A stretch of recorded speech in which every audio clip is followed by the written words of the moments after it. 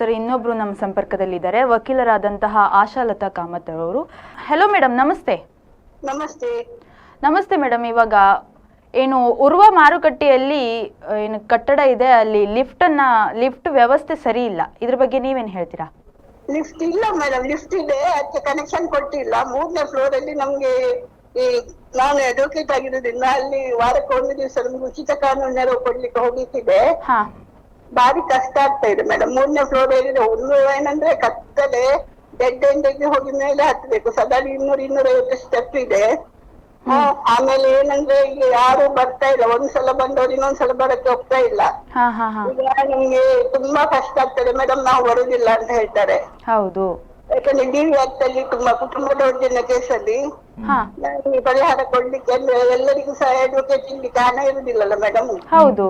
ಆವಾಗ ಅವ್ರು ನಮ್ಮ ಹತ್ರ ಬರ್ತಾರೆ. ಅವಾಗ ಉಚಿತ ಕಾನೂನು ನೆರವು ಹೇಳ್ಬೇಕಾಗಿದ್ರೆ ನಾವು ಕೆಲವೊಮ್ಮೆ ಅಲ್ಲೇ ಕಾಂಪ್ರಮೈಸ್ ಮಾಡ್ಬೇಕು. ಅದು ಒಂದು ಸಲಕ್ಕೆ ಆಗುದಿಲ್ಲ. ಹೌದು. 2-3 ಸಲ ಬರ್ಬೇಕು. ಕೆಲವೊಮ್ಮೆ ಅವರ ತಂದೆ ತಾಯಿಯನ್ನು ಕರ್ಕೊಂಡು ಬರ್ಬೇಕು. ಮೇಡಮ್ ಹೇಗೆ ಕರ್ಕೊಂಡು ಬರ್ಬೇಕು, ನೀವೇ ನೋಡಿ 3 ಫ್ಲೋರ್ ಹೆಂಗ್ ಬರುದು ಅಂತ ಅವ್ರು ಹೇಳ್ತಾರೆ. ಹೌದು.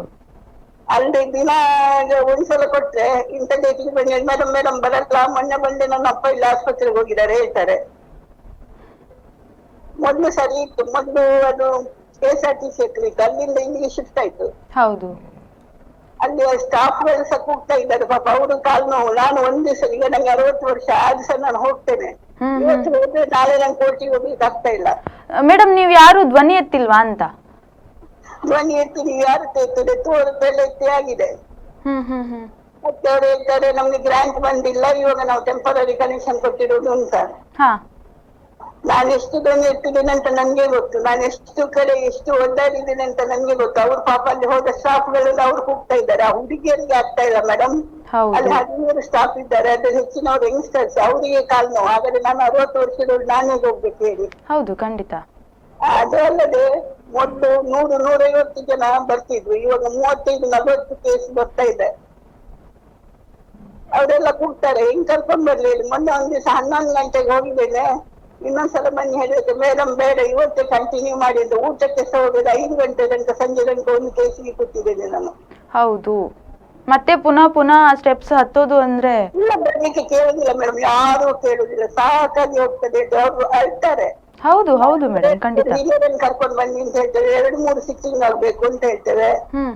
ಇಲ್ಲ ಮೇಡಮ್ ಆಗುದಿಲ್ಲ ಹೇಳ್ತಾರೆ. 2-3 ಸಲ ಹಾಗೆ ಆಯ್ತು. ಒಂದೊಂದ್ಸಲ ಆಕ್ಚುಲಿ ನಮ್ಗೆ ವಾರದಲ್ಲಿ ಒಂದ್ಸಲ ಹೋಗ್ಲಿಕ್ಕೆ, ಬಟ್ 3-4 ಸಲ ಸಹ ಹೋಗ್ತೇನೆ. ನಮ್ಮಿಂದ ಅವ್ರು ಸಹಾಯ ಮಾಡ್ಬೇಕು ಅಂತ. ಯಾಕಂದ್ರೆ ನಮ್ಗೆ ನಮ್ಮ ಮೇಡಮ್ ಸದಸ್ಯ ಕಾರ್ಯದರ್ಶಿ ನ್ಯಾಯಾಧೀಶರು ಜಗದೀಶ ಮೇಡಮ್ ಒಳ್ಳೆ ಹೆಲ್ಪ್ ಮಾಡ್ತಾ ಇದ್ದಾರೆ. ಹೋಗಿ ಮೇಡಮ್ ಹೇಳ್ತಾರೆ. ಅಲ್ಲಿ ನಮ್ಗೆ ಹಣಕ್ಕೋಸ್ಕರ ಹೋಗುದಲ್ಲ, ನಾವು ಉಚಿತ ಕಾನೂನು ಏನ್ ನಮ್ಮ ಕೋರ್ಟ್ ಏನ್ ಕೊಡ್ತಾ ಇದೆ, ಏನ್ ಸಿಗ್ತಾ ಇದೆ, ಅದನ್ನೆಲ್ಲ ಅವ್ರಿಗೆ ಕೊಡ್ಬೇಕಲ್ಲ ನಾವು. ಹೌದು ಹೌದು ಮೇಡಮ್, ಹೌದು. ಕೇಳುದಿಲ್ಲ ಮೇಡಮ್, ಯಾಕಂದ್ರೆ ಅವರ ಪರಿಸ್ಥಿತಿ ನಮ್ಗೆ ಗೊತ್ತದೆ. ನಮ್ಗೆ ಆಗುದಿಲ್ಲ, ಅವ್ರು ಹೆಂಗ್ ಬರ್ಬೇಕು ಸರ್? ಖಂಡಿತ. ಎಲ್ಲ ಕಡೆ ಮಾಡಿ ಆಯ್ತು, ಬೇಕಾದಷ್ಟು ಮಾಡಿ ಆಯ್ತು, ಏನು ಸಾಧ್ಯ ಆಗದ ಮೇಲೆ ಸುಮ್ಮನಾಗಿದ್ದೀವಿ ಕೈ ಚೆಲ್ಲಿ. ಹೌದು ಮೇಡಮ್, ಹೌದು.